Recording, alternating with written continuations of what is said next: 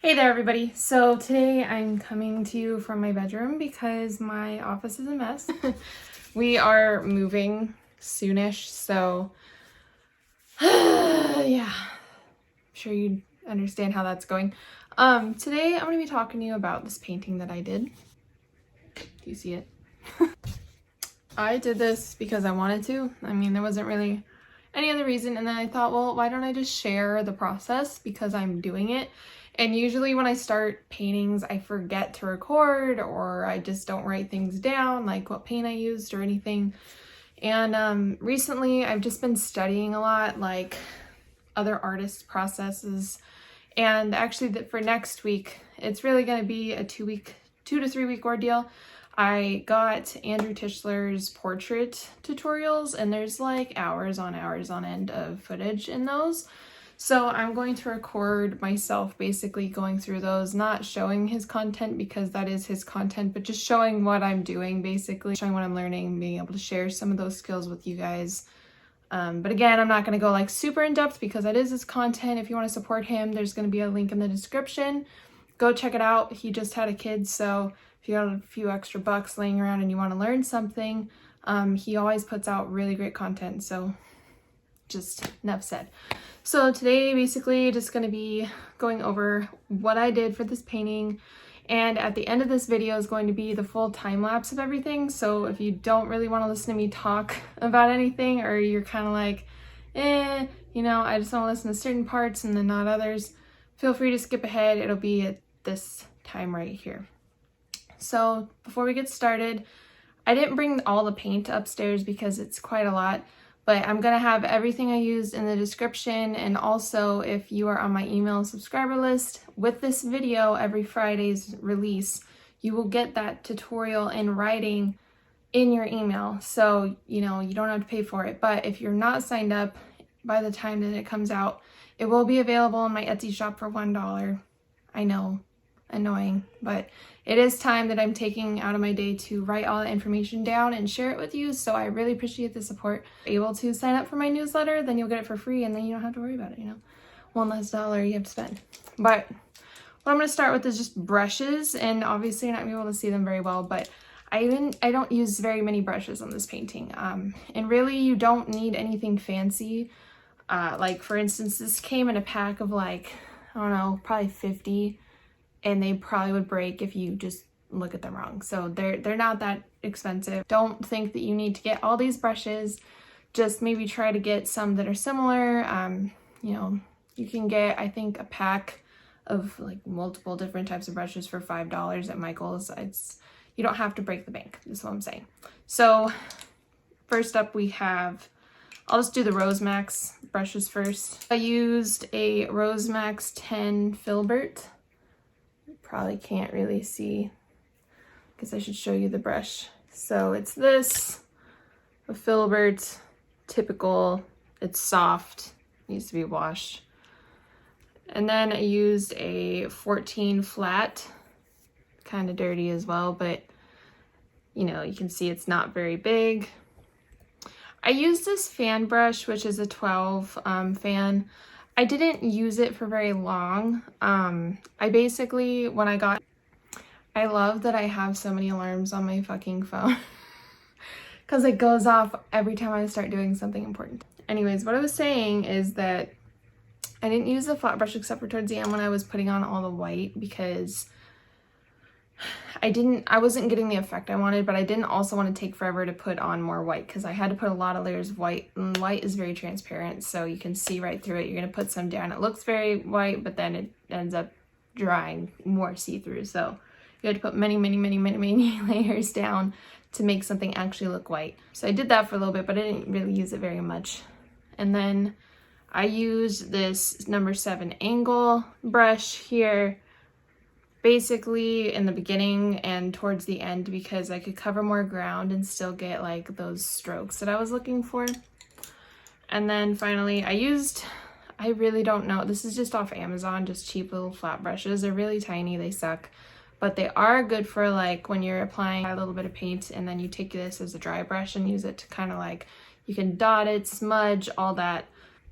and it's really good for that. When it comes to like holding actual paint though and making good strokes, it's not very good for that, so I wouldn't recommend these at all. If you're looking for something to paint that's sustainable, don't buy these. But if you're using it just because you needed some brushes for mixing purposes, they're okay. And then these last two are Golden Maple. This is the 0. And these are my detailing brushes. So I have a lot of these in differing sizes, but, and this is the 3. And they get pretty tiny. But I mainly use the 3 for most of the painting. Very tedious, and you'll see that in the time lapse. I don't recommend doing that the whole entire time, but when I was trying to create that really rich texture, that's what I used. And honestly, after looking at the painting, I know there's always room for improvement, but I could keep going at it. But I told myself, I was like, look, it's a good stopping point. Let's just stop for now and work on it later. So that's that. I don't have all the paints again, but I did want to talk to you a little bit about this wetting agent. This is something that I learned about through Carla Grace. Check her out. I'll put her link in the description as well. But I really hated painting with acrylics to start off because they dry so fast. And I mean, I get that's kind of the point. But at the same time, not all people are able to use oils, for instance, that don't dry very fast. And I did recently buy some oils, but I still am feeling a little timid about trying them because I want to make sure I'm being safe mostly. I don't want to, you know, cause an explosion or whatever else, because some of the mediums apparently can spontaneously combust. Who would have known? Anyways, but if you're like me and you want that same kind of mixability, you know, effect, but you don't want to use oils, and it's very simple to do, get this wetting agent. I'm pretty sure this is like the only brand there is. I don't know. Correct me if I'm wrong. But this stuff works great. And it's not like medium, like glazing medium, I guess you could call it, where you're taking your pigment and you're mixing it straight in with the medium, and then it's going to make that more transparent so you can glaze. This is essentially what you're going to do is, if you, like for me, I was using a foam plate because I didn't really honestly want to clean my palette again, because I bought some new palettes and I don't like the paint just really stuck onto them, and it's plastic and cheap, so already a bad time. But I just wanted to be able to dispose of it properly and not have to rinse it down the sink, so I put it on foam plates. But what you do is you're going to mix your colors, and you're going to have, you know, your water cup and then a separate cup where you're going to put 250 milliliters of water, basically a cup of water, I think, correct me if I'm wrong, but I use a jar. I use one of those little canning jars. It's like this big, and you're going to fill it like 3/4 of the way, or at least halfway up, with water. And this says, you know, you're going to put in 2 to 4 drops to 8 fluid ounces.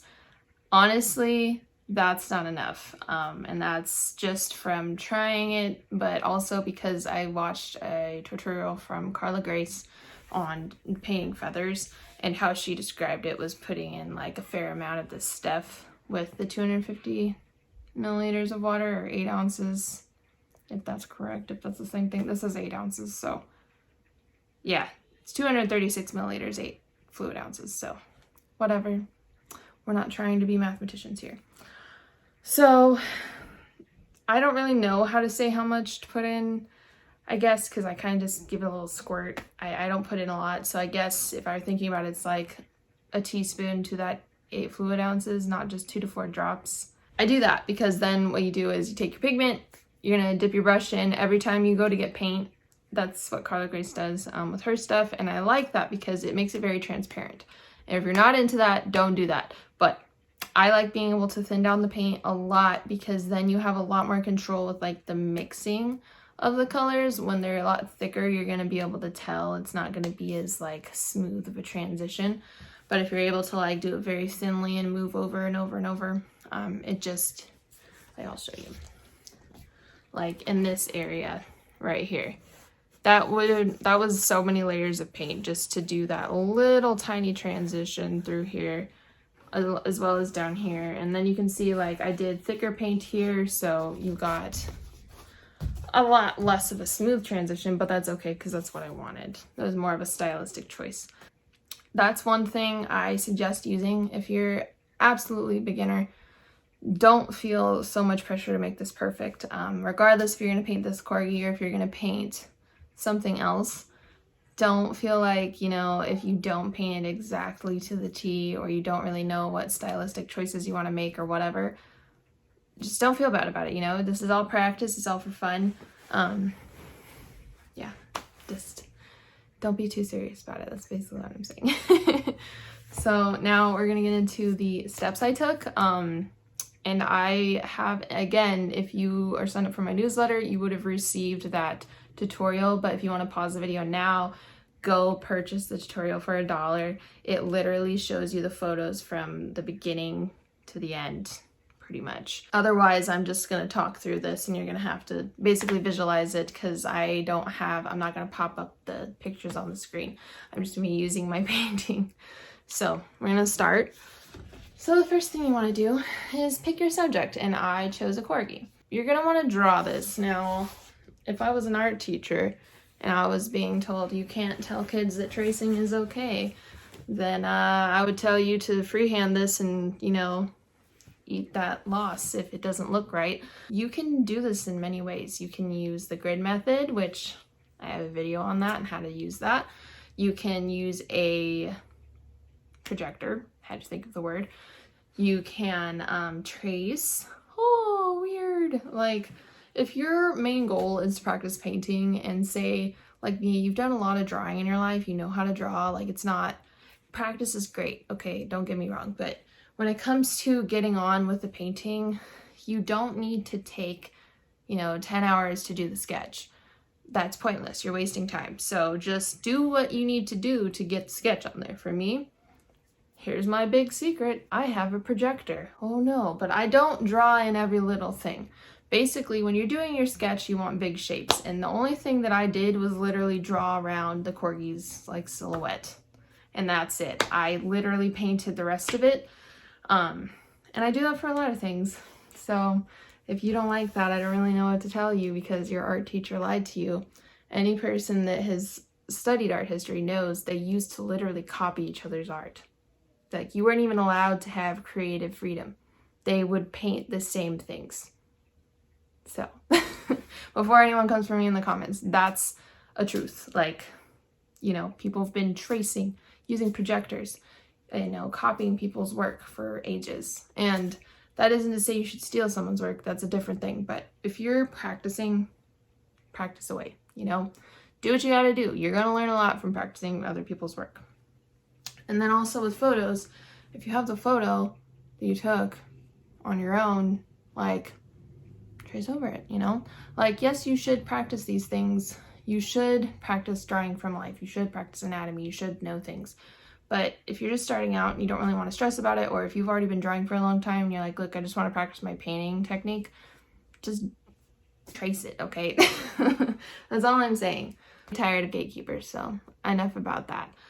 Get your drawing down, do what you got to do, and once you've done that, the next step is to take, at least what I did, is I take raw sienna, a little bit of titanium white, literally a dab, just enough to like kind of put in some sort of lighter mixture in there, and then I use my wetting agent very heavily. I basically dilute down the paint until it's almost like watercolor consistency. And then I go over the whole thing, not just in one swath, which you can do. You can just kind of put it all on there and then go back over again and put it over your subject. But what I did is I went over the background areas little by little, went over the corgi a little bit, put in some minor texturing. And then that way, when you're painting, you know where to go. Like I say in my tutorial, if you're gonna drive somewhere you've never been before, you kind of need a map or you need directions. So don't be like, I don't need to do that, I'm just gonna paint over it. No, trust me.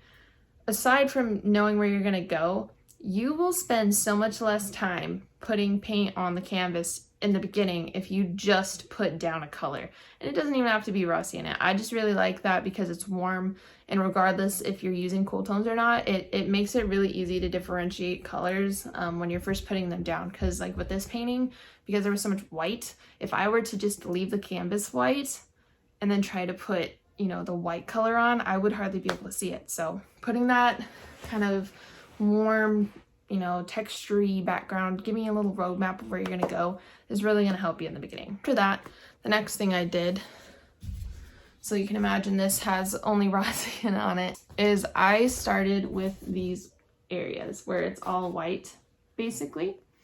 And I didn't just put white down. Newsflash, shocker.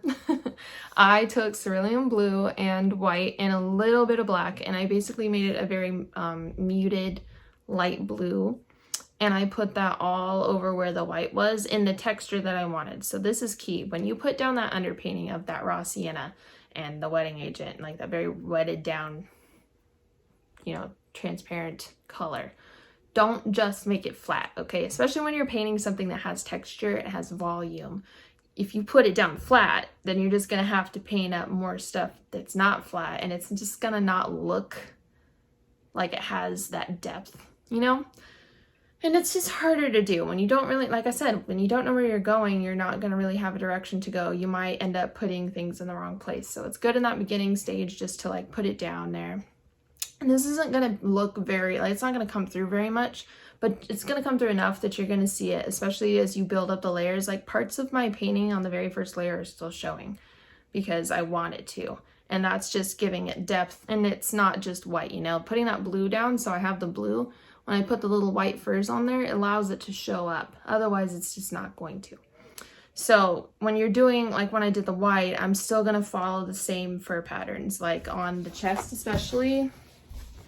This part was so much fun to paint, but I can't tell if you can see it very well, but you see how it's kind of going this way and then it's going that way and it kind of turns. You're gonna want to do that like from the get-go. Don't just be painting like flat and then at the very end think, okay, I'm gonna throw all this texture on there. It's not gonna look good. It's not, I'm just telling you now. So you're gonna put that first actual colored layer on there, but you're not putting the exact color. And I also talk about this in the written tutorial, is that when you look at your subject, really look at it. Like really sit down and look at it. Like take 10 or 15 minutes just to stare at the damn thing. When I was looking at the corgi photo, I noticed that there was a very light gray blue coming through on the fur and the textures and everything. And I thought, okay, so if I put that down first, then I can add white little by little, because it's gonna take a lot of layers. Like I'm pretty sure it took like 10 plus layers of white to get the fur to look white. It's going to take a while. So I just put down the blue because I knew that's going to allow that to show up. So once you've done that, you've gotten that initial layer down, I went in again with, excuse me, this color right here. Sorry. So I went in with this tannish color. I can't say it's this exact color, but I went in with the tans and the warm colors, and very, very lightly. Everything I'm doing, my son, which is why I'm in here, is 3. He's going through something right now. We got rid of his binky and he just is not having it this week, so I apologize. Anyways, you're not gonna water down your paint like you did with that initial like raw sienna color. But you want it to be a little on the thin side, just not too thin. It needs to still show up, so don't make it too watery. You want it to be like, if you take it out of the tube and you're using a medium body paint like I did, it shouldn't be straight out the tube thick. It should be like slightly thinner than that, just slightly, you know. So that way it shows up, but it also is more like it's gliding on the paper or the canvas, not just getting that dotted effect because you're using kind of a more dry brush technique. After you do that, then it's basically just layering from there. I'm sorry, there's no secret. A lot of people, I think, are like, how did you paint that? How did you do that? Well, a lot of patience. I didn't sit down and do it in one day because 1, my body can't do that. 2, it just takes time. So with this particular painting, I started off, you know, up here, and then I made my way around the body, and then we got over here, and then bam, there you go, painting. But really, I just took my time. I clicked on a YouTube video like what you're watching right now, listened to music, and just did little tiny movements. I did big movements. I took time to look at my piece. That's another thing. When you're painting, don't just sit there and paint the whole time. Like paint for a little while, but then get up and look at it. Because if you're painting for a long time and you don't look at what you're painting from far away, you might get to a point where you're like, what am I doing? This is the wrong color, because you're just so focused on what you're doing that you you find yourself in a weird place, or you've lost your image or something, you know, like it's turning out really funky.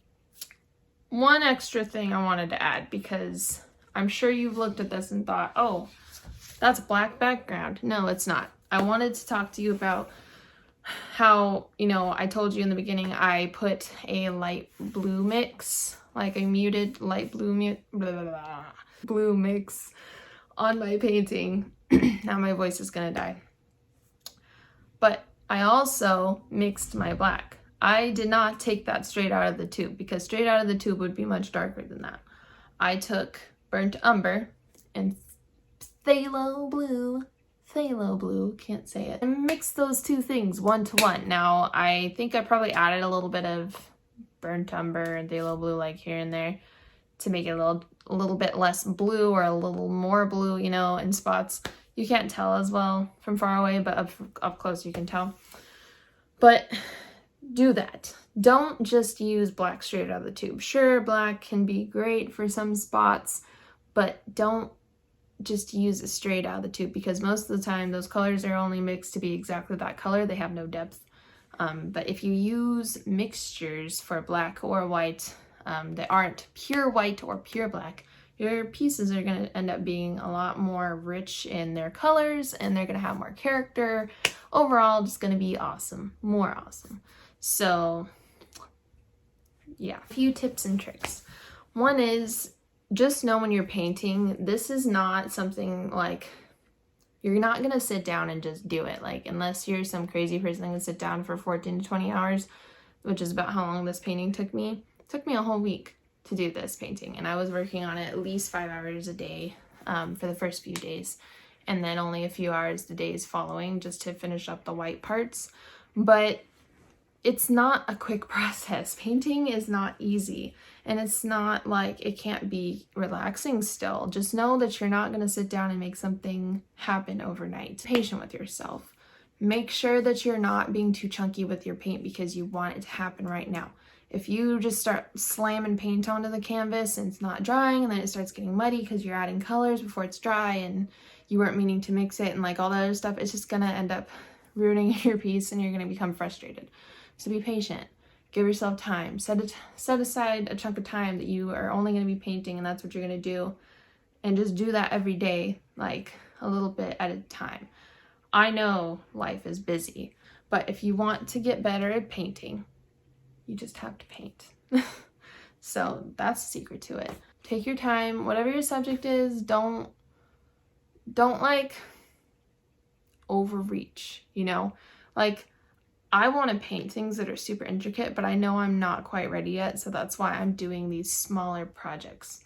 But one day, I want to paint stuff like how Andrew Tischler does. That stuff, like he says, they're epic. He does epic paintings.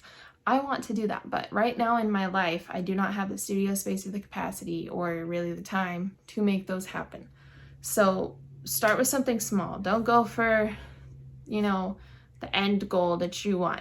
Start with the little tiny projects, because those are the things that are going to carry you on up onto those bigger things that you want to do.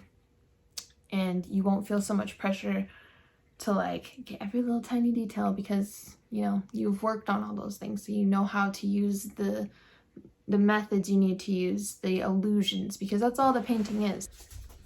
You can't tell very well. This isn't the best lighting. I really need to rethink where I'm gonna film. I'll try a few different spots, but you know, it's not the worst thing in the world. It's not the best painting I think I've ever done, but it's not the worst thing, and I learned a lot, so I think that's all that matters. So I hope that this was at least somewhat helpful for you. If you do have questions, you want clarification, if you do get the PDF and you're like, I still don't get it, just email me or hit me up on Instagram. I don't care. Just be like, hey Chandra, you know, I read this part on your tutorial. I don't quite understand. Can you explain it a little further? I'm totally fine doing that. So I just want to help you and myself, because what better way to learn than to teach it, but to get better as artists, because, you know, it'd be cool to make something like Andrew Tischler. Oh. Anyways, I hope that you enjoyed this and I didn't bore you too much, And yeah, here's the time lapse of that whole painting. If you liked today's video, please give it a like and subscribe to this channel so we can keep making awesome videos for you. Was that cheesy enough? I don't know.